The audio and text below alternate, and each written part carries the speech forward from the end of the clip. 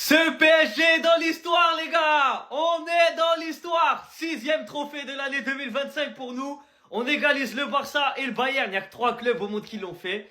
Et le PSG rentre dans cela. Un grand merci à Safonov pour ses arrêts dans la séance de tir au but. Sur 5 tirs de Flamengo, il en a stoppé 4, les gars. 4 tirs arrêtés par Safonov. Vive la Russie. Ligue 1, c'est à nous. Coupe de France, c'est à nous. Ligue des Champions, c'est à nous. Super Coupe d'Europe, c'est à nous. Trophée des Champions, c'est à nous. Coupe intercontinentale, c'est à nous. C'était un match pas facile. On l'a dominé dans l'ensemble. On a eu les occasions. Mais à la finition, on n'était pas bon.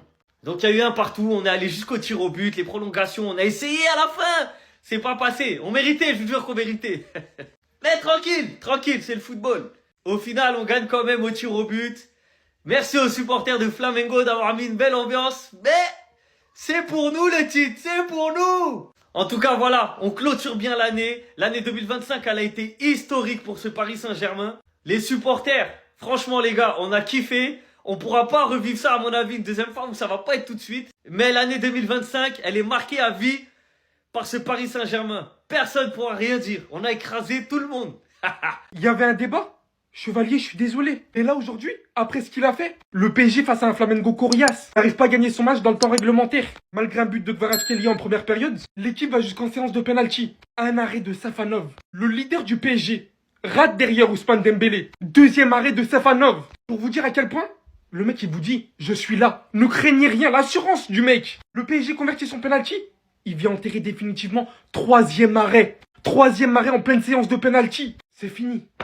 Pour moi, il y a tellement plus photo. Après Donnarumma, c'est le gardien qui dégage le plus d'assurance, le plus de confiance, le plus de sérénité. Derrière les défenseurs, quand ils l'ont derrière eux, ils sont confiants. Il fait tout merveilleusement bien. Il sait placer ses défenseurs. Il est décisif quand il le faut. Et quoi de mieux qu'en plus en pleine séance de penalty pour gagner un trophée aujourd'hui? Safanov! Waouh! La prise de responsabilité, elle est juste incroyable en fait après Donnarumma. Chose qu'on attendait de Chevalier à la base. Mais là, c'est fini. J'aime beaucoup Chevalier, hein. Mais là, Safanov, les gars, il n'y a plus personne qui va l'enlever de ses cages, là. Il va être coaché comme Spider-Man, maintenant. C'est une dinguerie ce qui sort aujourd'hui. Il y a une putain de justice dans ce monde, les gars. Victoire du PSG dans ce match d'intercontinental face à Flamengo. Victoire au penalty 2-1, les frères.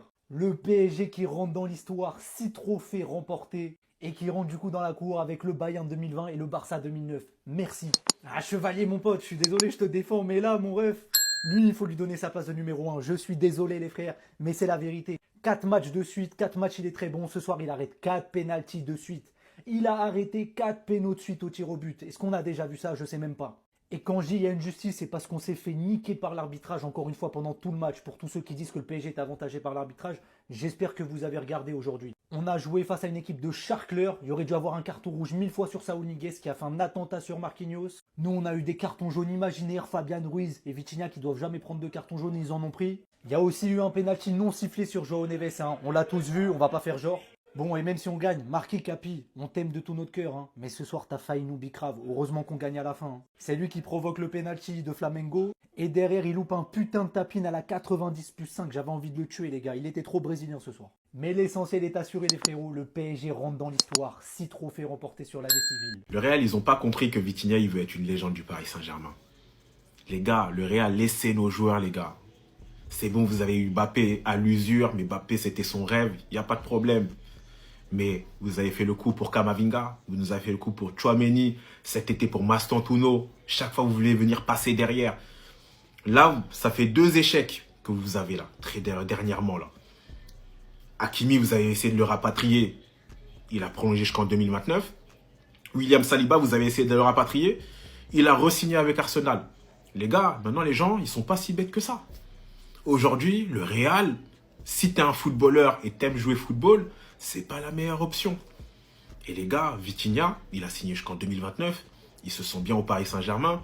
Il prend comme exemple Marco Verratti, qui est resté plus de 10 ans au club. Il veut être une légende du club. Et aujourd'hui, je pense que même cette nouvelle génération, ils se disent, mon but, c'est pas être d'une légende encore parmi tant d'autres au Real. Je veux être une légende à Arsenal. Je veux être une légende au Paris Saint-Germain. C'est ça que je veux. Voilà. Du coup, les gars, comme je vous ai dit, rêver de Vitinha, vous pouvez, hein. Mais ça nous fait plaisir parce qu'il y a des personnes qui nous disent que le Paris Saint-Germain n'est pas un grand club. Mais quand tu vois le Real, ils sont derrière le cul de Vitinha depuis des mois et des mois. C'est là que tu vois que le petit qui était là avant, qu'on considérait pas, est devenu très grand. Ils sont devenus très très grands. Le Paris Saint-Germain, les gars, c'est réel. Mbappé, n'oubliez pas, quand Mbappé était dans le loft, Mbappé avait dit ok, je m'assois sur mes primes, je ne prendrai pas mes primes et je partirai libre, mais au moins je prends pas mes primes, comme ça au moins vous avez comme une indemnité de transfert, je vous laisse mes primes, je ne les prendrai pas. Chose que Mbappé l'avait dit en parole, mais encore une fois parce qu'il y en a qui vont tomber sur le PSG, c'est normal, il récupère son salaire, il récupère son dû, mais Mbappé l'avait dit en parole. Donc là ce que vient de faire Mbappé, et ça on le savait depuis très longtemps, c'était un acte d'une preuve de j'ai pas de parole. Parce qu'il avait dit je m'asserrai sur mes primes. Les primes, il les a prises. Il avait dit quelque chose pour sortir du loft. Le PSG l'a sorti du loft et au final, il a quand même pris les primes. Je vous le dis, on savait, je savais. Tu sais Mbappé. Mbappé, tu veux que je te dise quoi sur Mbappé? 61 millions pour Mbappé. Mais tu veux que je te dise quoi? Les gars, je vous le dis, on savait. Yanis Mbappé. Mbappé, tu veux que je te dise quoi sur Mbappé? 61 millions pour Mbappé.